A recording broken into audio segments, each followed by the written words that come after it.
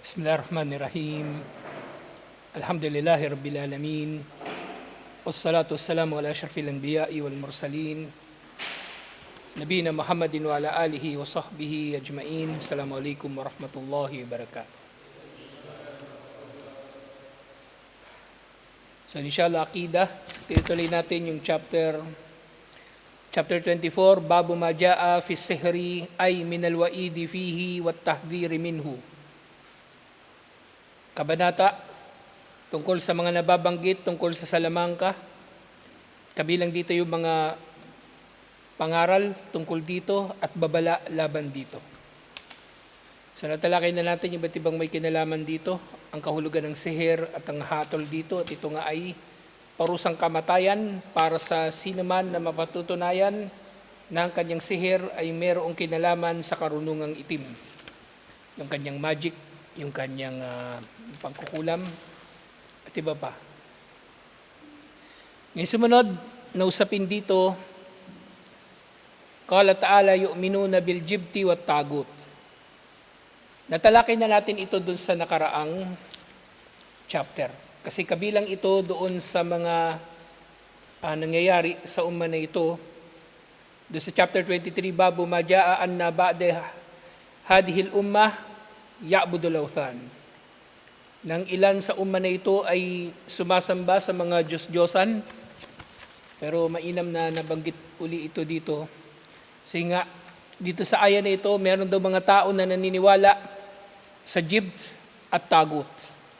At yung jibt na tinutukoy dito, jim, ba, ta,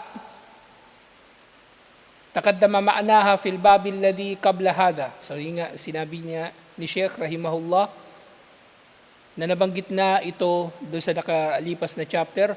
Wa qala Umar bin Khattab radiyallahu anhu al-jibtu as-sihru wa tagutu ash-shaytan. So yung jibt ayon sa sinabi ni Umar bin Khattab radiyallahu anhu, ang jibt, di ba natalakay na natin, ito yung mga orasyon na ginagamit sa pagtupad ng salamangka. At maaaring mga hulugan din ito, direkta yung salamangka mismo. Sa iba't ibang anyo nito. Ito man ay pangkukulam, panggagayuma, panghuhula, magic na involved dito ang salamangka, lahat ng ito ay jibt.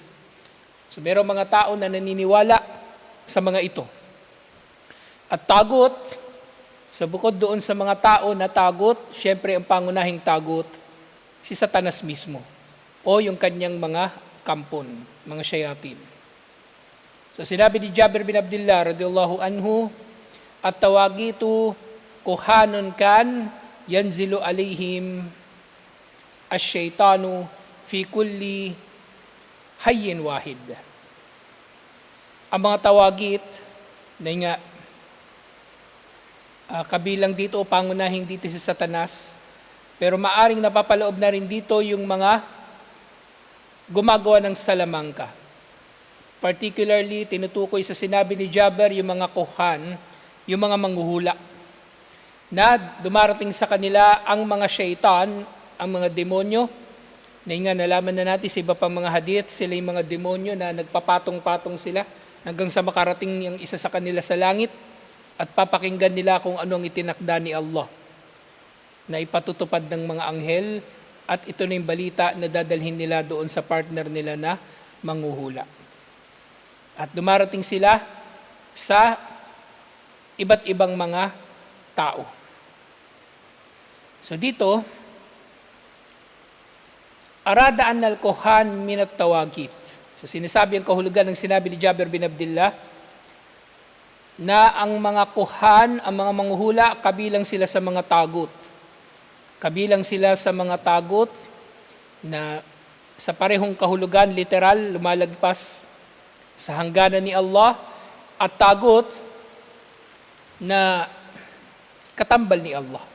Kasi mga tagut, di ba, nagiging katambal ni Allah, either sa pagsamba kay Allah, direkta, dinadasalan sila ng mga tao, liban pa kay Allah, o kaya yung mga tagut na nagpapatupad ng batas na taliwas sa batas ni Allah, nagiging katambal sila ni Allah kasi kinukompetensya nila si Allah sa pagpapatupad ng batas, katulad ng mga terorista.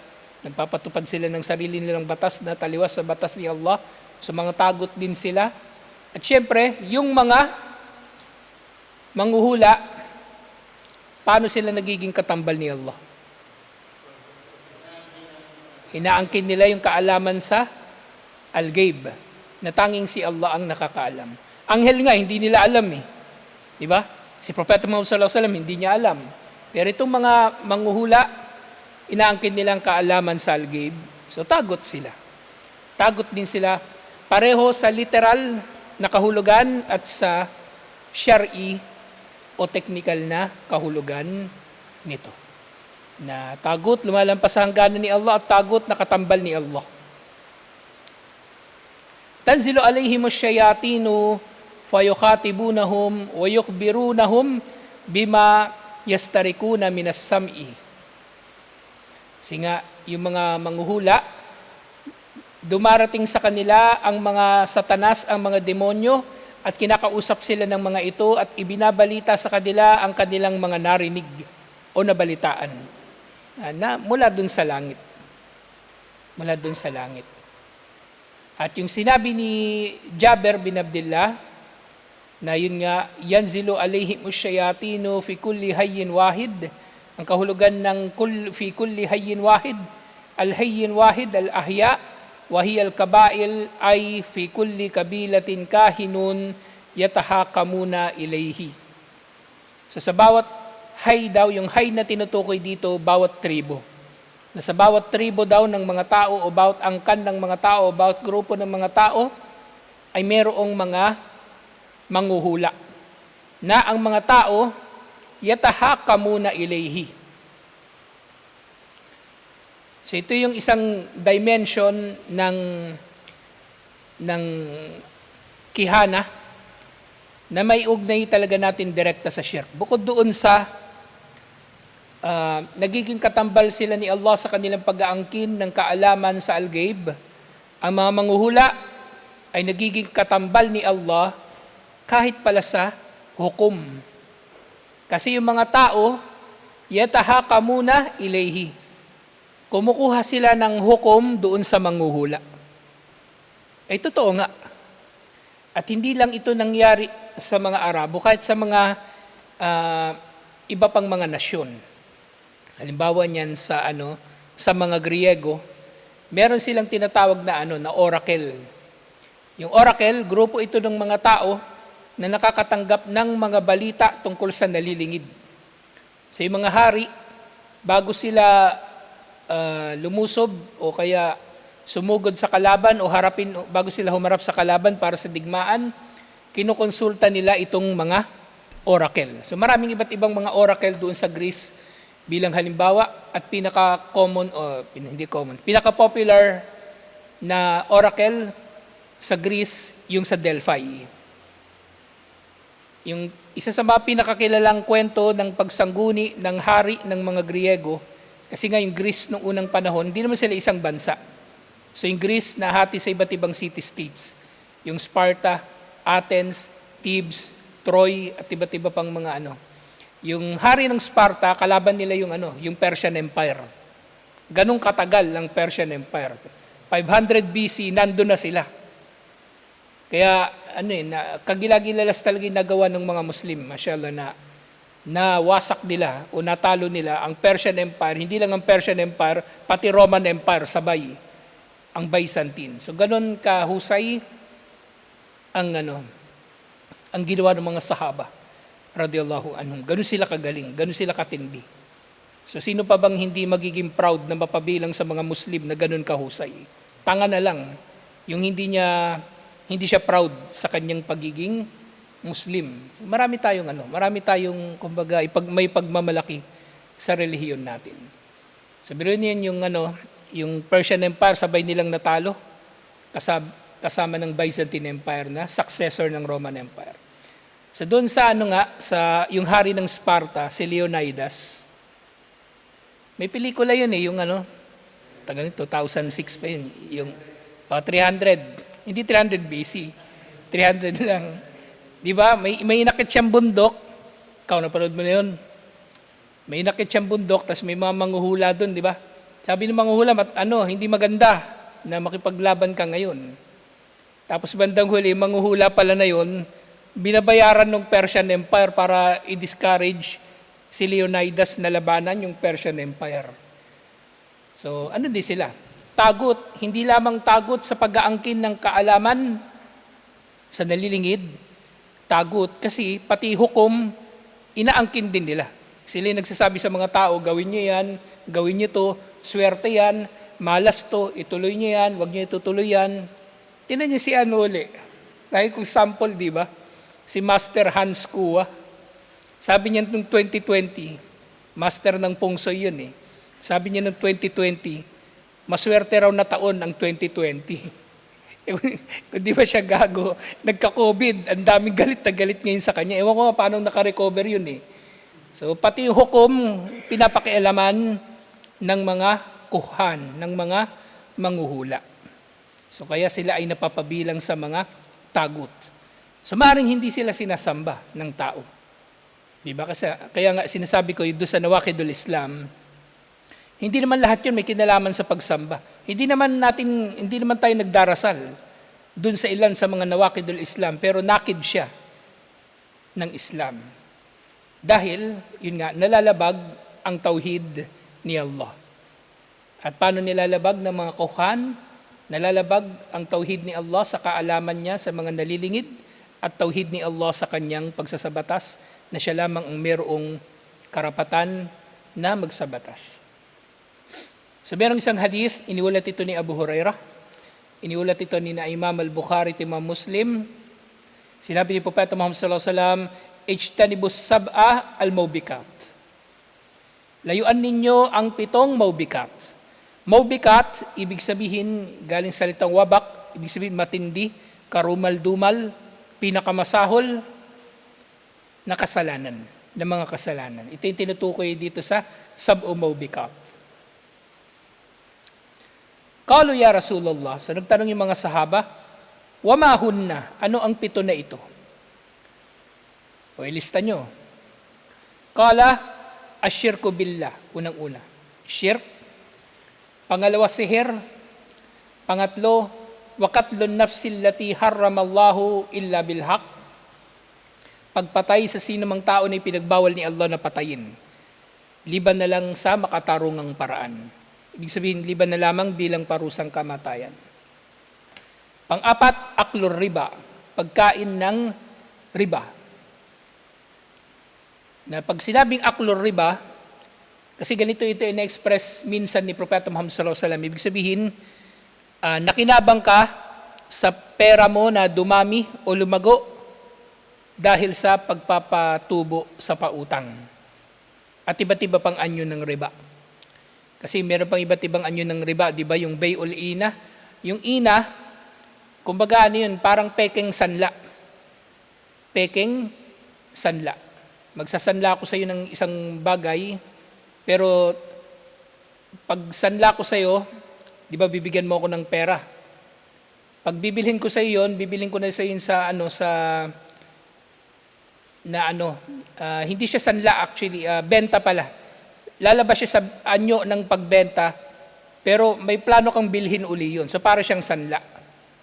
Na ang sanla, riba din. Kumbaga, binalubaloktot lang nila yung pangyayari, pero technically, pagsasanla siya, pinalabas lang nila na pagbebenta. Pinalabas lang nila na pagbebenta. So, halimbawa, meron akong relo, benta ko sa 1,000. Tapos bukas may pera na ako, bilhin ko na uli yung relo ko, 1,500. Di tumubo yung bumili ng relo sa bay'ul ina. Yun ay ano din, riba din yun. Pangilan na? Pang-apat yung riba. Panlima, aklu malil yatim, yung pangangamkam sa yaman ng ulila.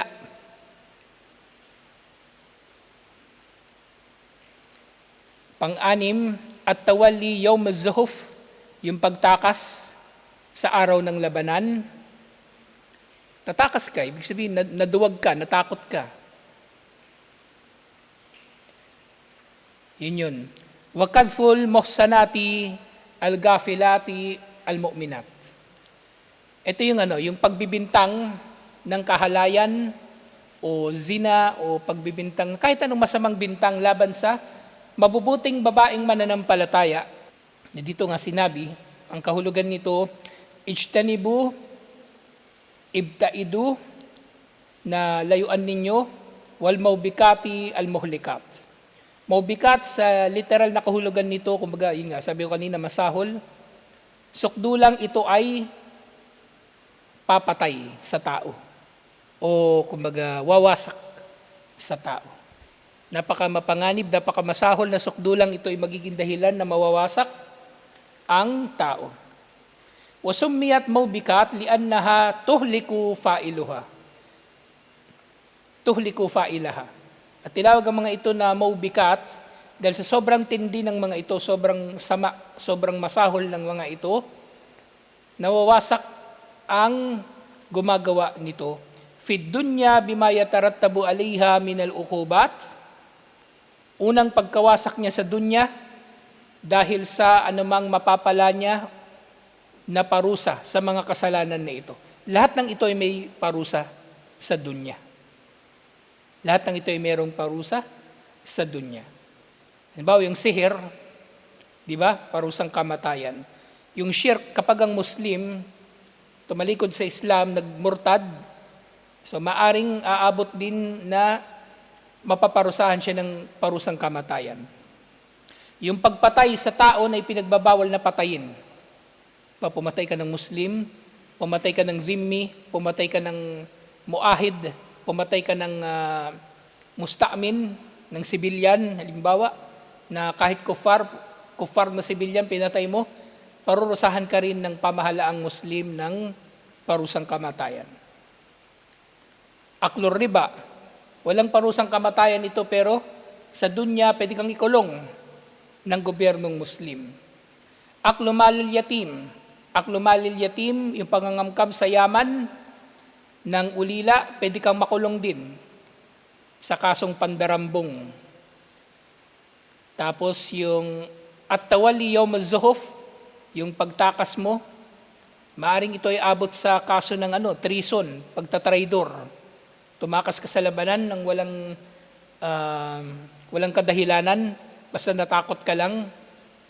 So ito ay may parusa din. Tapos yung kadful muhsanat, so dito merong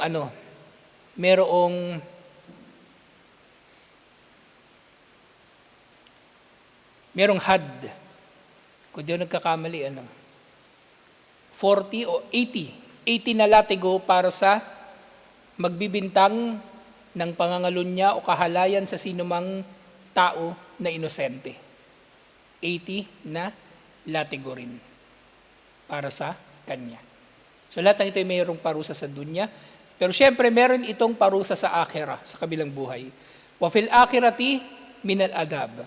Syempre mas matindi yung parusa doon sa kabilang buhay. Maaring doon pa lang sa libingan may parusa na.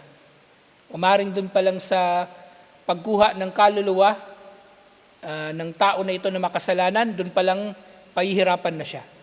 Lalo na doon nga sa araw ng paghuhukom mismo o doon na mismo sa impyerno na pagdurusahan niya ang mga kasalanan na ito. So syempre, hindi ito lahat ng 7 na ito ang pinakamasahol. Marami pang masasahol na kasalanan ang hindi nabanggit dito. Halimbawa, yung zina, yung pakikiapid, shurbul khamar, pag-inom ng alak, wala rito. Pero ang tinukoy dito, 7, hindi ibig sabihin na 7 lang ito kasi marami pang iba pang mga hadith na nagbabala tungkol sa kanila si Propeta Muhammad sallallahu alaihi wasallam. So nga dito, una, sinabi, arifu shirka billahi, walimada bada'a bihi wadkur syahid minal hadithi lil bab. So ano daw ang shirk na tinutukoy dito? Shirk o pagtatambal kay Allah. At bakit itong unang tinukoy ni Propeta Muhammad sallallahu alaihi wasallam? At banggitin kung ano ang kinalaman ng hadith na ito sa kabanata na ito tungkol sa salamangka. So sinabi ni Sheikh, asyirku billahi naw'an. Ang shirk daw kay Allah ay dalawang uri. Alam na natin to, di ba? Shirkun akbar o shirkun asgar. Yung shirkun akbar, wa huwa sarfu ayyi naw'in min anwa'il ibadati li ghayrillahi kad-du'ai wal khawfi wad dabhi wan nadhar. Ito ay ang sarf. Pagtutuon mo ng anumang uri ng mga gawaing pagsamba sa iba paliban kay Allah. Katulad ng dua, katulad ng pagkatakot, katulad ng pagkatay at pamamanata. Kapag ikaw ay nagdua sa iba, natakot ka sa iba paliban kay Allah nang higit pa sa takot mo kay Allah, o nagkatay ka para sa iba paliban kay Allah, o namanata ka sa iba paliban kay Allah, lahat ng ito ay syirkun akbar. Lahat. Wa syirkun asgar, wa huwa kullu wasilatin tuaddi ila syirkin akbar. Ito na nga. Ang syirkun asgar, huwag kayong magpapalinlang na ito ay tinatawag na syirkun asgar. Okay? Dahil ang syirkun asgar, ito ay ang anumang wasila o paraan patungo sa syirkun akbar. Ang lahat ng syirkun asgar patungo sa syirkun akbar. Diba? Paniniwala sa mga pamahiin, syirkun asgar. Pero kapag masyado ka naniwala sa pamahiin, syirkun akbar yun. Naniwala ka sa mga pangitain, syirkun asgar. Pero yun nga, pagka pinipigilan ka na sa pagkilos dahil nakasalubong ka ng pusang itim, o kaya feeling mo maswerte ka kasi nagsabit ka ng, ano ba yung mga common na pampaswerte? Yung paa ng rabbit, pampaswerte daw yun eh. Syirkun akbar yun. Yun ay syirkun akbar. So lahat ay patungo syirkun akbar. Yung riya, pagpapakitang tao, bandang huli, nifak, ang kahihinatnan nun. Sige, lahat ng ito ay daan patungong syirkun akbar minal iradati wal akwali wal af'al. Isang syirkun asgar ay maaaring mangyayari sa iyong intention pa lang, sa iyong mga sinasabi at iyong mga ginagawa. Allati lam tablug ratbatal ibadati karriyai wal halfi bigayrillahi, na dito maaring hindi pa nga ito aabot sa antas na ito ay mga ibada talaga per se. Katulad ng riya, pagpapakitang tao, o kaya yung panunumpa sa ngalan ng iba paliban kay Allah. Maaring hindi sila kasing antas ng ibada, pero yun ay shirk pa rin. Hindi sila kasing antas ng iba pang mga ibada. Ibig sabihin, pero pag ginawa yun ng tao, nanumpa siya sa ngalan ng iba paliban kay Allah, o nagpakitang tao siya ay nakagawa na ng syirkun asgar. Wa bada'a bisyirki li'annahu a'damud dunub. At unang binanggit ni Propeta Muhammad sallallahu alaihi wasallam sa hadith na ito ang shirk dahil ito ang pinaka masahol sa lahat ng mga kasalanan. Wa shahidu min al-hadithi lil babi qawluhu was-sihru wa taqaddama ta'rifuhu wa hukmuhu. Ang hadith na ito ay napapaloob sa chapter na ito kasi binanggit dito yung sihir. At ang sihir, technically, ay shirk din. Ang sihir ay shirk din dahil hindi ito matutupad liban na lamang na ang tao ay magtatambal kay Allah subhanahu wa ta'ala sa pamagitan ng pakikipagsabuatan sa demonyo. So, ganun nangyayari, natutupad ang sihir. Sumunod na usapin, mal maksudu bikatlin nafsil lati harramallahu wa mal haqqul ladhi yubihu katlan nafs. So yung pangatlo na natukoy dito, yung pagpatay. Pagpatay ng tao, pagpatay sa sino man na ipinagbawal ni Allah na patayin. Kasi nga, di ba? May iba't ibang uri ng tao. So lahat ng uri ng tao ay bawal patayin. Muslim o kahit hindi Muslim na dhimmi, nakatira siya sa ilalim ng gobyerno ng mga Muslim, hindi Muslim na musta'min, ibig sabihin meron kayong usaping pangkapayapaan kasama nila, o pwede rin siyang muahid, pero yung musta'min tsaka muahid, yung muahid, mas specific yung ugnayan ninyo sa kanila kaysa dun sa musta'min. Ang pwede mo lamang patayin, kung meron mang papatayin na kuffar, ay mangyayari lang ito sa labanan, sa jihad. At ang mapapatay mo lang na kuffar sa labanan, syempre, sundalo lang ng kalaban. Kung yung sibilyan nandun sa lugar ng labanan, hindi mo yung pwede patayin. O kaya yung sundalo ng kalaban, wala naman sa duty, hindi mo rin yun pwedeng patayin. Nasa loob ng bahay niya, hindi mo pwedeng papatayin. Kasama yung pamilya niya, hindi mo yun pwede patayin. Liban na lang, syempre, noong panahon ni Propeta Muhammad sallallahu alaihi wasallam, may mga ilan na mga natatanging mga pagkakataon na may pina-assassinate si Propeta Muhammad sallallahu alaihi wasallam. Halimbawa si Ka'ab bin al-Ashraf na pinapatay niya doon sa Khaybar. Pina-assassinate niya. Pero the rest, malinaw ang batas tungkol dito. So dito, yung qatlun nafs na pinagbawal ni Allah na patayin, sa sinabi, al-maqsudu bin nafsi allati harramallahu qatlaha, ang tinutukoy sa tao na pinagbabawal ni Allah na patayin, hiya nafsul muslim al-ma'sumu wal muahidu. Sa pinagbabawal, napapatayin ang muslim, ang ma'sum, at ang muahid. So yung terminology na ginamit nila dito, ma'sum. Ma'sum sa kahulugan na pareho lang, yung dhimmi, o kaya yung musta'min. At nabanggit dito yung muahid. Napapaloob silang lahat dito. Wal haqqul ladhi yubihu qatlan nafsi huwa an ta'mala ma yujibu qatlaha mithlu syirki war riddati ba'da al-islami wan nafsi bin nafs al-qisas wa zina ba'da al-ihsan az-zawaj. Okay? So yung mga posible lamang o maaring katanggap-tanggap na dahilan na ang sino mang tao ay maaring mapapatay ay sa anyo lamang ng parusang kamatayan. Yun lang. Sa anyo lamang ng parusang kamatayan o sa kalagayan ng jihad, pagpatay sa sundalo na kalaban. Yun lang. Ngayon, yung mga pwedeng maparusahan ng parusang kamatayan, ito nga yung mga a'malu mayujibu katlaha, mga gawain na wajib sa kanyang mapatay o mapatawan ng parusang kamatayan, asyirk.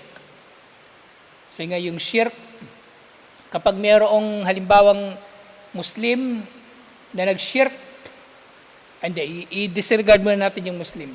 Shirk na ito, ibig sabihin katulad doon sa kalagayan ng mga ng mga kalaban na sundalo. Ang unang qualification kung bakit pwede silang patayin dahil sa shirk. Dahil sa shirk.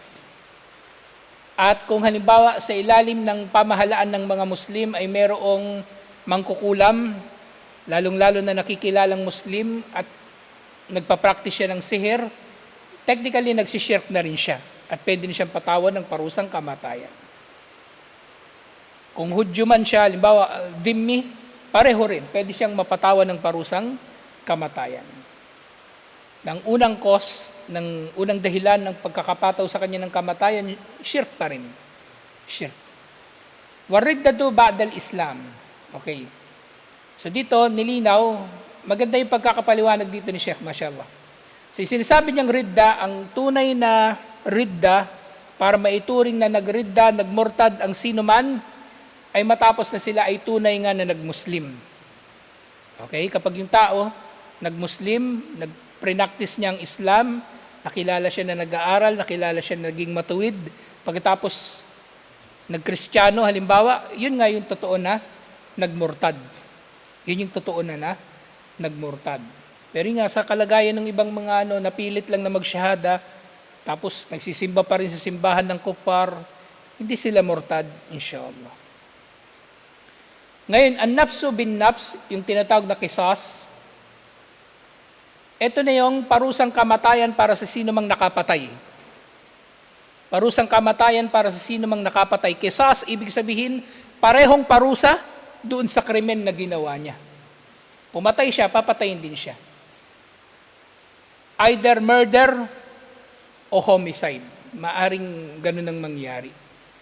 Kasi yung katulad na nabanggit ko nung nakaraan, ang nagdidesisyon sa bagay na ito yung pamilya ng namatayan. Ibig sabihin, yung pamilya ng namatay, yung namatayan, sila magdidesisyon kung gusto ba nila na tumanggap ng diya, blood money, at ang katumbas ng blood money, 100 na camel. 100 na camel. Kung ang isang camel, sabihin na natin 1,000 reals. Sabihin na natin 10,000 pesos para madali lang mag-compute. 1,000,000. Tama ba? 100 times 10,000, 1,000,000 ang iyong blood money. So babayad mo. Pero depende yun kung tatanggapin nila yung blood money. Kung ayaw nila, walang magagawa ang korte. Kundi patawan ka ng parusang kamatayan. Walang magagawa ang korte. Ngayon dito sa kisas, madagdag ko rin, yun nga, kapag ka naman naka-injury, di ba kisas nga, kung ano yung pinsala na dinulot mo, yun din yung igaganti sa'yo, yun din yung parusa sa'yo.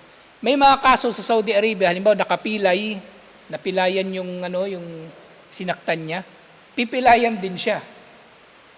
Ganon. Pero yun nga, mahirap yung ganong kalagayan, naawa rin naman din yung biktima. Kaya sinesettle na lang nila sa anyo ng diya. So ganito pahalagahan ng Muslim ang buhay ng tao. So hindi ka pwedeng basta-basta na mananakit. At yung zina, ba'dal ihsan, ito napakaganda rin ng tinukoy dito ni Sheikh. So lahat ng may parusang kamatayan, ridda, katlon nafs, at yung zina, tinukoy niya yung specific na condition dito kasi minsan maling mauunawaan nito ng tao. Minsan maling nauunawaan ng tao. Yung ridda, halimbawa, hindi naintindihan ng tao porque nagsyahada, tapos nakita nilang si John Scott. Nakita nila nando sa prosesyon ng piyesta. Murtad ba yun? Hindi yun murtad. Hindi naman talaga nag-Muslim yun Pinagsyahada lang ni Kapitan yun Pero para sa hindi nakakaalam, sasabihin niya, si John Scott nagmurtad na. Diba? Pero nilinaw dito ni Sheikh, ar-riddatu ba'dal Islam, yung totoong pagmumuslim. Tas an-nafsu bin nafsi al-qisas, yung parusang kamatayan bilang ganti sa kanyang pagpatay din. At itong parusang kamatayan sa nagzina, ang pwedeng mapatay sa pagzizina, yung matapos siyang makaranas ng ihsan. Yung ihsan, yung babae or lalaki na nakaranas ng pag-aasawa. Babae o lalaki na nakaranas ng pag-aasawa. Kapag binata ang nagzina or dalaga, lalatiguhin lang sila. As in, hindi sila nakaranas ng pag-aasawa, lalatiguhin sila. Pero kung kahit isa lang sa kanila ang nakaranas ng mag-asawa, kahit dalaga at binata sila, yung lalaki o babae, dalaga sila ngayon, pero dati na silang may asawa, binata siya ngayon, pero dati na rin siyang may asawa, bitay pa rin yun. Parusang kamatayan pa rin yun. Pero yung hindi talaga nakaranas mag-asawa, as in, sabihin na natin yung binata talaga, or dalaga talaga, latigo lang. Pero kapag nakaranas ng mag-asawa, ito yung kahulugan dito ng ihsan. Yung nakaranas sila na mag-asawa, kahit isang araw lang silang nakapangasawa, tapos naghiwalay agad sila, tapos nagzina sila, so yun ay may parusang kamatayan pa rin, alhamdulillah. So ito yung yung 3 sa 7 na maubikat. So yung ibang natitira, matatalakay pa natin next week, inshallah. Kasi maganda yung pagkakatalakay dito ni Sheikh, detalyado. Alhamdulillah. So tutuloy natin ito next week, inshallah. Assalamualaikum warahmatullahi wabarakatuh.